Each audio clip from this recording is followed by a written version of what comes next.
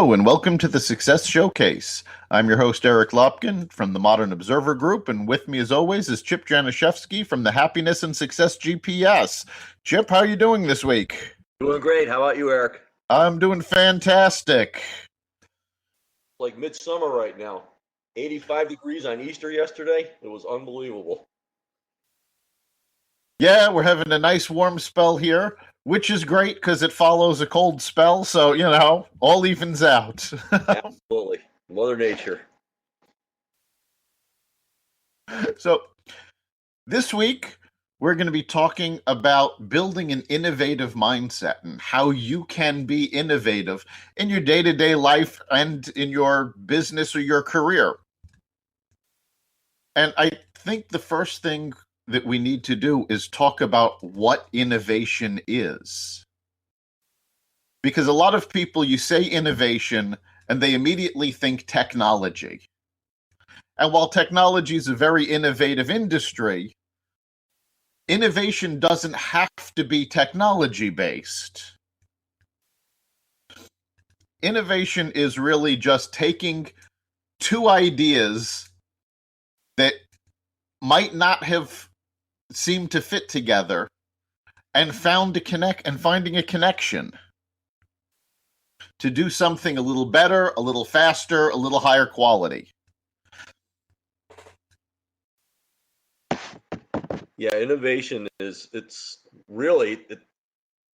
just leads to progress. And there's so many ways to get to that. And you mentioned the technology side of things, and technology sometimes is a hindrance to that because you get brainwashed with all the things that we're exposed to media-wise and whatever. And there's this quote, it might have been from Seinfeld or something like that, but we live in an age of gushing information through 1,000 portals every second. And it says our brains are like buckets.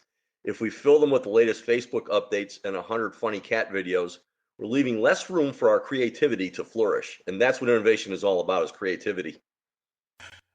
Absolutely. There's actually been a series of articles written by numerous people about how Google is actually killing innovation.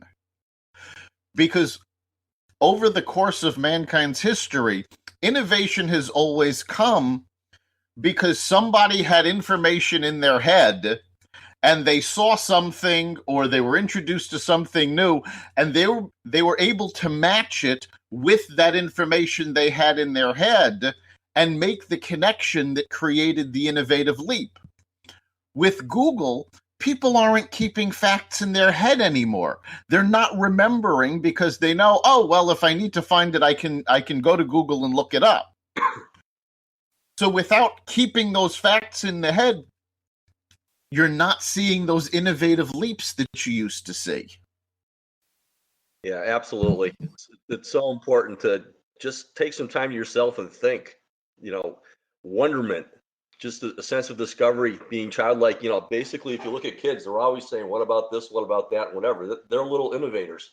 It's just so cool. And the bottom line is, once you have these ideas, if you want to find some information about it to help you along the way, obviously Google is a great resources to look stuff up because that's what the web is. It's just all the information at your fingertips in the world. But you gotta dream, you gotta write things down, you gotta be working on things constantly outside of this wonderful world of technology that we have here. Exactly. And you actually hit on something very important. An innovative mindset is really a childlike mindset. It's looking at things for the first time and going, well, why is it being done this way? Can I do it better? What happens if I add these two things together? Yep. It's childlike curiosity. You look at little babies that all of a sudden start walking and this and that and exploring things. If you just look at them, the way that they just look at things and are curious and so on and so forth, that really is the foundation of innovation, is curiosity. Right. It's looking at what's there and seeing it in a different way. There was a movie many years back, I'm sure everybody's familiar with, the Dead Poets Society, where Robin Williams plays a teacher at a boarding school. And one of the things he has his students do is stand on their desks to give them a different perspective of the class. And that's very important in innovation, is looking for that different perspective. When you see something over and over again the same way, you take it for granted. When you change that perspective and look at something differently, you can find different uses for it, different ways to do things. So you always have to keep asking, how can I do this better? Why am I doing it this way? Why is a key question in innovation. Because if you're asking why we're doing something this way, and the only answer is because this is how we've always done it, there's probably a better way to do it. Yeah, absolutely. Why is one of the most powerful words in the world as far as really going from point A to point B in any way. It's just why.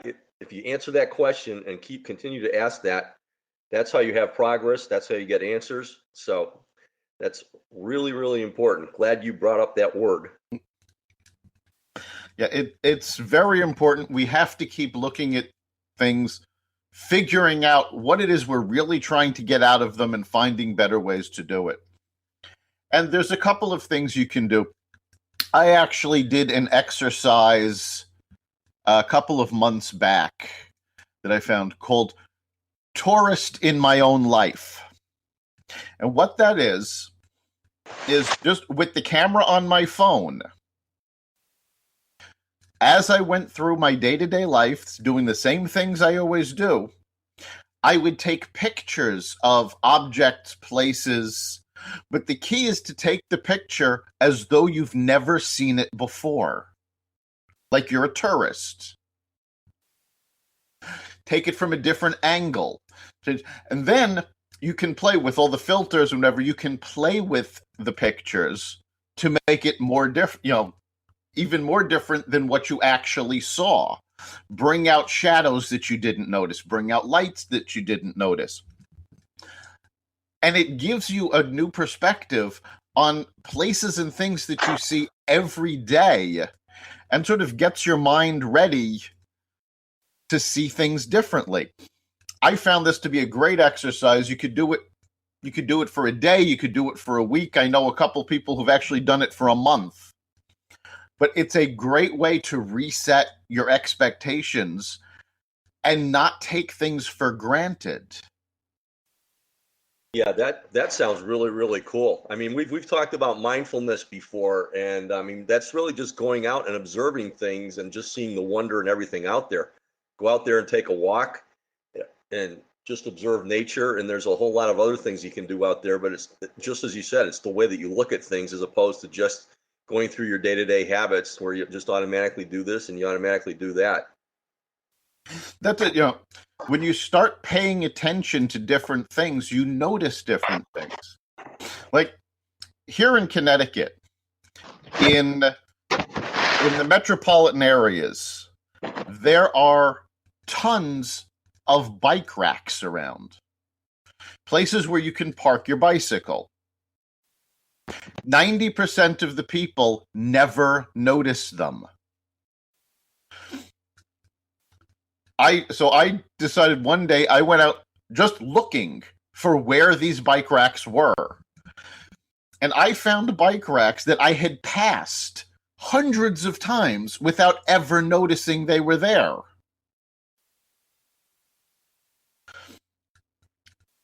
We go through life, focused on what we have to do and what we're doing. And we're missing out on everything around us. And to build that innovative mindset, we have to take a look at all that other information, all that other stuff around us to see, oh, okay, traffic in this area is lousy, takes me forever to drive through. You know what? If I took a bike through, I could get through it in 2 minutes. And look, there's bike racks all around. It's a different way of looking at it. Yeah, that's a great way to move around. They're even in the rural areas here. I mean, I live out in the country a little bit, and you can grab a bike here, driving from one place to the other along the Farmington River. It's just it's just really, really amazing. So, and just as you said, things get so congested that if you do that, you can get to places easier, and it's a great way to just explore things. Because unlike in a car in the middle of the street, when you see something, you can pull over on the side of the road with a bike and just look at things. Right. But the important thing is to do things differently and get different information and new information that you didn't have before. And a big part of that is breaking out of ruts. When you break out of the day-to-day, you'll see new things, have new ideas. And sometimes this can be as simple as getting out of the office in the middle of the day and going to work at a coffee shop that you don't usually go to. See who's around, see what's going on. You need to refresh your mind. Your mind gets exhausted doing the same thing over and over again. It falls into that pattern where what you're doing is very easy because out of sheer repetition, your brain has actually created very strong pathways to do this over and over again. But it also loses something in innovation because you're not reaching out. You're not going elsewhere. You're not looking at new things. And so those other pathways aren't being used. So it's very important to keep stimulating your mind so you can come up with innovative ideas. And again, most people think of innovation as these huge leaps forward. Most innovation is done in tiny steps. It's doing one thing a little better, a little faster, a little cheaper than you could have done it before. Yeah, it all starts with ideas, with little ideas. And a couple of things that you can do. Number one, carry around a sheet of paper or journal and just write things down as they come to your mind. Like you're talking about having your tourist in my own life day where you're taking pictures and so on and so forth, but just jot these things down. And then one of the other things you can do is, you get stuck in your habits on day-to-day basis. You also get stuck in your habits as far as the way you talk to fellow people, maybe at the office or out in public and so on and so forth. Why don't you talk to them about some innovative ideas, share new experiences, and, ask that question, what's new, and so on and so forth. I always like to walk up to people sometimes and look at them and say, so what's new and what's cool? And if they say nothing, I say, well, make something up. Right. Interesting. So, and it's a great way to stimulate things. And, we've talked about the power of masterminding and so on and so forth. You come up with these ideas and you start running them by other people. That's how sparks start flying and innovation starts. But as you said, innovation is just the result of a series of a whole bunch of small ideas that go to fruition in results based upon working on them over a period of time. Right. And by exposing yourself to new ideas, or even things you already knew but don't think about on a regular basis, your mind can make connections to come up with ideas. I have right now in my office on my whiteboard a formula. And it looks like a mathematical formula, but it's not really. I just used that form. But it's a business model. It's a formula for business success that's based on the structure of an atom. And it came to me one day when I was listening to an audiobook about famous scientists and the beginnings of quantum physics and all of the fights that had gone on between scientists. And as I'm listening to this information about how the universe is built on the structure and atom and all of that, the parallel came to me about the structure of an atom and the structure of a business. And I started jotting it down. And every once in a while I go back to it and I add a little more to it or go, well, this doesn't really work. But it's a completely different, at least for me, different way of looking at business. And it came to me because I was listening to something completely unrelated to business. Yeah, it's just the power of creativity and taking a look at things in different ways, like you were saying. But visualization, if you can just take something and put it down on paper in a visual format with just bullets or whatever, as opposed to writing down a whole bunch of things, it's a great way to visualize things. And obviously, it's easier to manipulate, like you're talking about. The first time may not work, but maybe if you move this here, it does. Exactly. That's why I love my whiteboards. I have 3 whiteboards around my desk that I can just jot stuff down on, wipe them off, redo it, move things around. 2 of the 3 are magnetic, so I can stick things on them. And being able to visualize that way is a great way to stimulate the mind. I also have in my office what I call my creativity shelf. And on this shelf is just a bunch of random things that can be put together. So it's pieces of styrofoam, pieces of cloth, some magnets, and it's all things that you can just build stuff out of and then take it apart and rebuild it. And, there's some Lego pieces there. Because every once in a while, I'll start, I need something to stimulate my mind. I'll pull stuff off that and just start putting things together in random configurations and see where it leads me. That's pretty interesting. Do you have pictures of those too? I'd love to see some of those. I don't have pictures of those. Most of the stuff I take apart when I'm done with it and put it back on the shelf, for next time. But yeah. No, that sounds awesome. And I mean, you can do this with anything. There actually, if you go into most toy stores or art stores, they'll have little kits where it's just a whole bunch of stuff together for you to, put together. And they work great. I've done exercises with classes where I've given everybody little bits of Lego. And they've used Lego to build stuff and figure out, solutions to problems.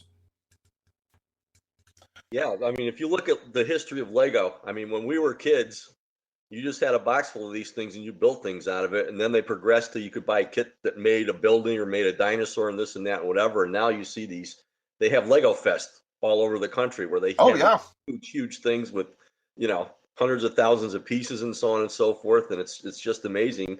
And the building blocks are just simple little pieces of plastic. That's it. And if you've seen some of the Lego sculptures, it's amazing what they can build out of these blocks. Yeah, one of the advantages we have living here in Connecticut is Lego is actually located right up here in Enfield. Right. I don't know if you've ever been up there, but if you walk in the lobby, they have this big old, call it a huge sandbox full of Lego things where if you have kids with you, they can just go in and play with this stuff as you walk in. It's one of the most fun places in the world to walk into that office. All these Legos here and, the latest sculpture sitting in there. But it's just, it's amazing. And it's just a simple little thing. And through innovation, you can create really marvelous things. Yeah, it's, taking pieces, putting them together differently is how the stuff comes up. And now, I mean, in terms of materials, there are so many things you can get very inexpensively to help you visualize different ways. I mean, we've talked about Lego.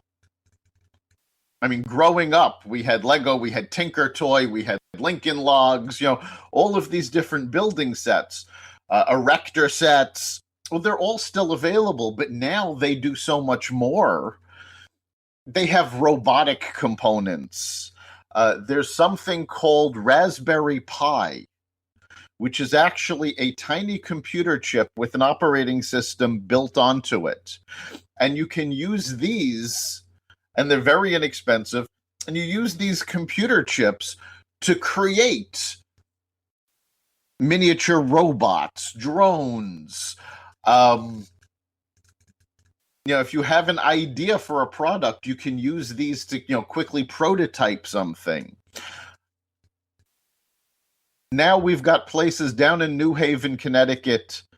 There is a place, I'm blanking on the name of it. It's like MakerBot or Maker Place, something like this, where you can go and print things out on a 3D printer and assemble, and they'll help you figure out how to create your idea. Yeah, it's pretty amazing. 3D printing is something that's really incredible too. And I was actually, as you know, I do a lot of work with Central Connecticut State University's Institute of Technology and Business Development, and they actually have a 3D printing lab there.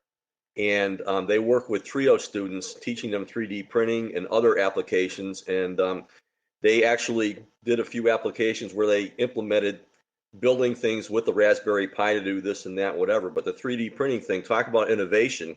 It's just a way to solve issues and problems and so on and so forth by formulating it that way and then putting it into practice. It's just, it's an amazing technology. And it's all innovation. That's it. So there are so many ways, both old and new, to take your ideas and bring them to life and look at them in a different, from a different point of view with a different perspective. But the key to it all really starts with you. It's about your mindset and your willingness to be creative. One of the things that all great innovators have in common is that they don't worry about making mistakes. Mistakes will happen. Bad ideas happen. Failures happen. Thomas Edison famously said he didn't have 99 failures when trying to build the light bulb. He found 99 solutions that didn't work. Yeah. And that led him to what finally did work. Yep. I mean, we've talked about perspective before, and it's exactly how you look at things. So it's really, really important to take a look at things as a step in the right direction, because you are always one step closer to a success. And and the other thing that we've talked about a lot is just working on yourself. And I'm not saying sitting down and saying, okay, I'm going to innovate for an hour, but take some time out to just sit there, relax, meditate, and so on and so forth. And some of the best ideas that you're going to have are going to come to you while you're doing that or while you're out for a walk and so on and so forth. But it's just so important to decompress, get away from all of the crazy world stuff that we have right now as far as the media and everything else, and do that, because that's where the best ideas come from. Exactly. You can't just sit down and say, okay, I'm going to be innovative.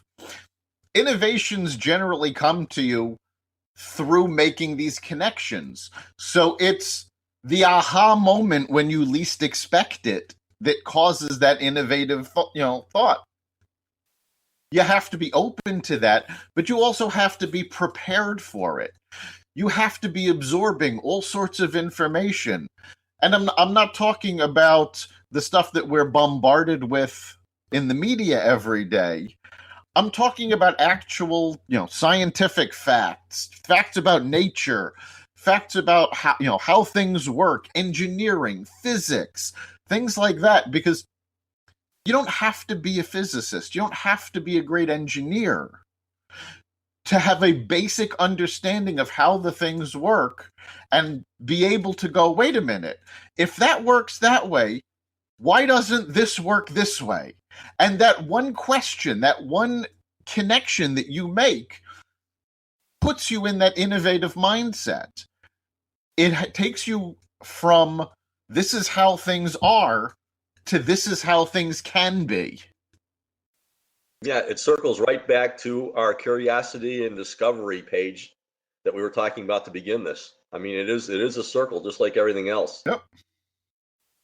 So it's just a lot of it's just the observing things, then researching things a little bit if things interest you and so on. It's when you're reading that book, flipping over that page thing because there's something interesting on that page that you want to go back to.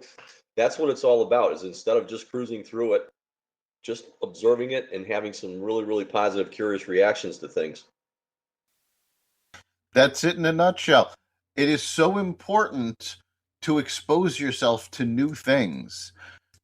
And, just because you know something doesn't mean you can't learn more about it. I don't remember who said it, but there was an old quote that says, it's not what you don't know that gets you. It's all the things you're absolutely sure of that just aren't so. We're exposed to so much, but things change. I mean, I talk about this with my kids periodically. When I was in school, we had 9 planets, because Pluto was a planet. We learned all about brontosauruses, with dinosaurs. And then, Pluto was not a planet. They made a mistake. There was no such thing as a brontosaurus. And then later on, they went, oh, no, we didn't actually make a mistake. There is a brontosaurus. So actual scientific facts that I learned in school changed over time. So just because you know something doesn't mean it's always going to be true.